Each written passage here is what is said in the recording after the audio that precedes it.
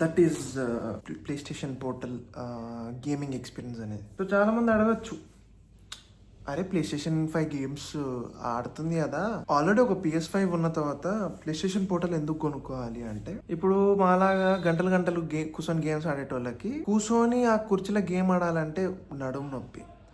And the same time వూకాంగ్, God of war ఇట్లాంటివి చాలా పెద్ద పెద్ద గేమ్స్, వాటికి కొన్ని 50-100 గంటలు పెట్టాలి. వూకాంగ్ అయితే మినిమం నువ్వు పర్ఫెక్ట్ అవ్వాలంటే ఒక దాదాపు 300 to 400 అవర్స్ అనేది నువ్వు స్పెండ్ చేయాలి.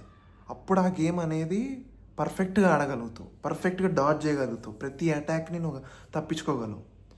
So it depends on the game. So ఊకే కూర్చొని నడుము బద్దలు కొట్టుకొని కూర్చొని ఆడడం కన్నా ఒక దగ్గర పోర్టల్ ఉంటే, బెడ్ మీదనే పక్కనే పోర్టల్ ఉంటే తీసి ఆన్ చేసి ఆడుకోవడం. That is the main reason to own a portal. మీ దగ్గర డబ్బులు ఉన్నాయి, ఎగిరేద్దాం అనుకుంటున్నారు, ఎగిరేయండి. సో పోర్టల్ లేదు, నేను స్పెండ్ చేసిన మనీ వర్త్ వాయిలే అనుకుంటే ప్లే స్టేషన్ 5 లేని వాళ్ళు ఖచ్చితంగా ఇంకో 20K ఎక్స్ట్రా వేసుకొని PS5 కొనుక్కోండి, పోర్టల్ కొనుక్కోకండి. అండ్ ఎందుకు పోర్టల్ కొనుక్కోదంటున్నా అంటే, this is just a gaming machine అంతే, తప్పితే దీన్ని నువ్వు పాటలు వినడానికి యూజ్ చేయలేవు, యూట్యూబ్ చూడడానికి యూజ్ చేయలేవు. ఎగ్జాంపుల్ మీకు చూపిస్తా చూడండి. ఇప్పుడు ఇది నా గేమ్స్. సో ఇవి ఓన్లీ గేమ్సే నేను ఆడచ్చు కదా. ఇప్పుడు ఫర్ ఎగ్జాంపుల్ ఇక్కడ ఇది ఉంది, ఏది యూట్యూబ్, నెట్ఫ్లిక్స్ ఉంది. ఇప్పుడు నేను యూట్యూబ్ ప్రెస్ చేస్తా, చూడండి ఏమవుతుంది. సారీ, ఏదైతే ఇది కదా యూట్యూబ్ కదా. ఇప్పుడు యూట్యూబ్ ప్రెస్ చేస్తే ఏమవుతుంది చూడండి. ఏమొచ్చింది, game play recording paused because you entered a black scene. రాదు యూట్యూబ్ అనేది రాదు. Can't display the screen on the connected console, the screen contains content that can't be displayed using a remote play. ఇట్లా వస్తుంది. ముడ్డి మూసుకొని home స్క్రీన్కి పోరా, connected నీ PS5లోనే పోయి యూట్యూబో పాటలో ఇనుకోపోనంట. అసలు ఏది అసలు ఏ అప్లికేషన్, ఇగో ఆఖరికి స్పాటిఫై కూడా పనిచేయట్లేదు. ఇగో స్పాటిఫై కదా, స్పాటిఫై ఒత్తుతున్నా, స్పాటిఫై కూడా రావట్లేదు. సో మీరు దీన్ని ఒక డెడికేటెడ్ హ్యాండ్ కన్సోల్ పాటలు వింటా, యూట్యూబ్ చూస్తా, నెట్ఫ్లిక్స్లో మూవీస్ చూస్తా అంటే మాత్రం మీలాంటి వాళ్ళకి డివైస్ కాదు. దీనికి పోర్టల్కి స్టీమ్ డెక్కి డిఫరెన్స్ ఏంటి అంటే, ఇది ఐ థింక్ 60 FPS వస్తుంది. పోర్టల్ మన స్టీమ్ డెక్కి 90 Hz వస్తుంది. So of course jump in the graphics, jump in the performance ఉంటుంది, అది మంచి రా పర్ఫార్మెన్స్ ఉంటుంది, ఇది కూడా బాగుంటుంది. బట్ ఇది ఏంటంటే హ్యాజల్ ఉండదు, తలకాయ నొప్పి ఉండదు.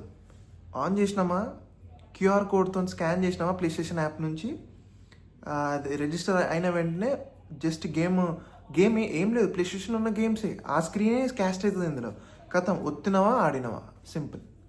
కాకపోతే దీంట్లో కూడా డ్రాబ్యాక్స్ ఉన్నాయి.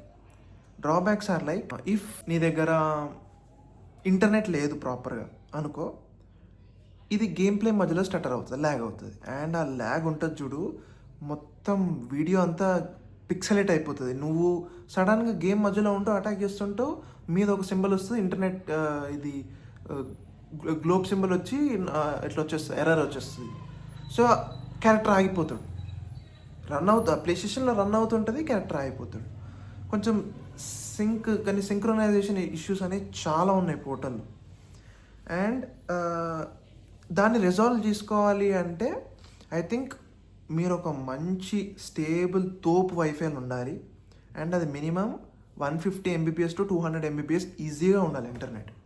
And the same time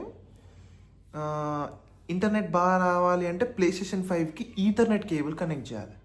so అది నార్మల్ ఈథర్నెట్ కేబుల్ కాదు, I think it's CAT 69 cable అని ఒకటి ఉంటుంది. అది నీ రూటర్కి నుంచి నీ ప్లే స్టేషన్ మెయిన్ PS5కి కనెక్ట్ చేయాలి. అప్పుడు maybe some kind of stuttering lag అనేది చాలా తగ్గుతుంది. But now I'm on Jio డబ్బా ఉంటుంది, ఎయిర్ ఫైబర్ కాదు, నార్మల్ జియో మీద ఉన్న, అయినా కూడా ల్యాగ్ అవుతుంది నాకు. Sometimes when I play Wukong అది ల్యాగ్ అవుతుంది. అండ్ కమ్మింగ్ టు ద వూకాంగే ప్రాబ్లం ఉంది. ఇప్పుడు high paced games are having little bit of stutter in FPS తప్పితే normal games like Crash Bandicoot అని ఒకటి ఉంటుంది, అదొకటి, రాకెట్ లీగ్, ఇట్లా కొన్ని గేమ్స్ అనేవి అండ్ ప్లే స్టేషన్ అనేది వర్క్ అవుతున్నాయి.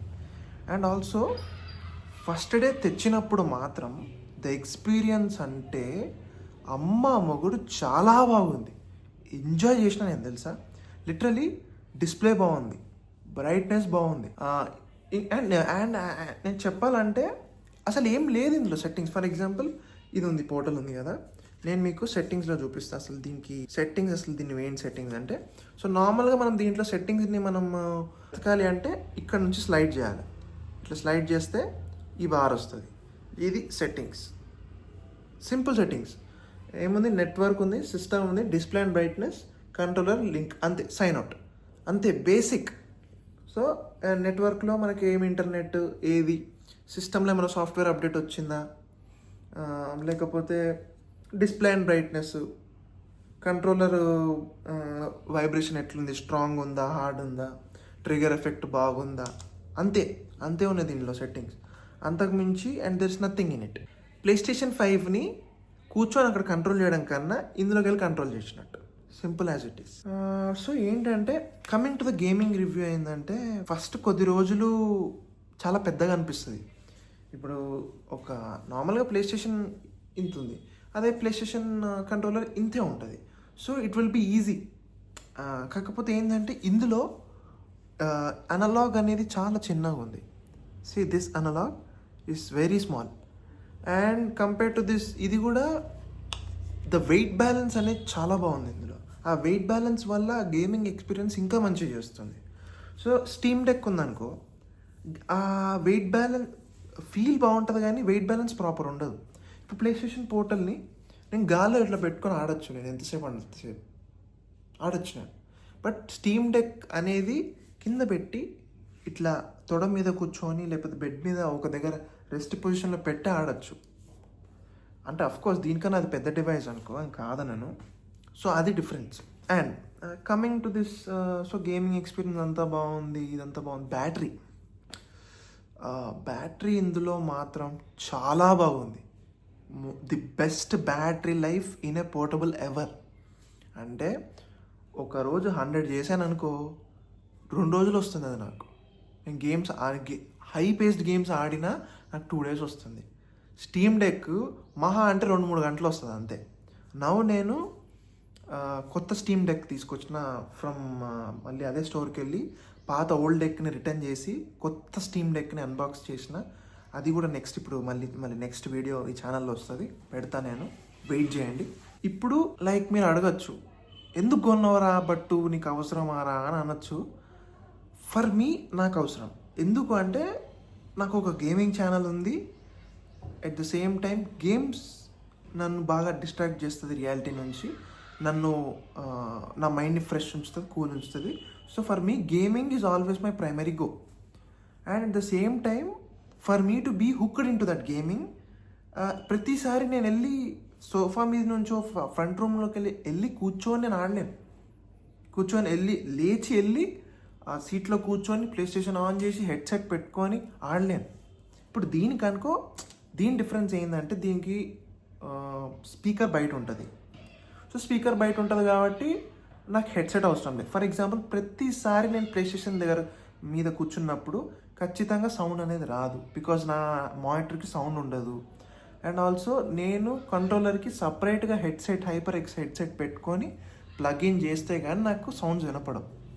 అదొక డ్రాబ్యాక్. సో నేను కూర్చొని లైట్స్ ఆఫ్ చేసుకొని, సో అక్కడ ఇది చేసుకొని సెటప్ చేసుకొని కూర్చొని ఆడితే అది ప్లే స్టేషన్. ఇది కూర్చున్న దగ్గరనే ఆడచ్చు.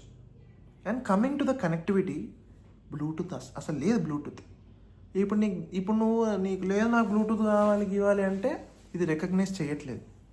నీకు అంతే దూలు ఉందంటే 6,000 రూపీస్ పెట్టి ప్లే స్టేషన్ది ఒక లింక్ హెడ్సెట్ ఉంటుంది, అది కొనుక్కోండి. లేదా ప్లే స్టేషన్ బడ్స్ ఉంటాయి, అవి కొనుక్కోండి. Very very waste of time అది.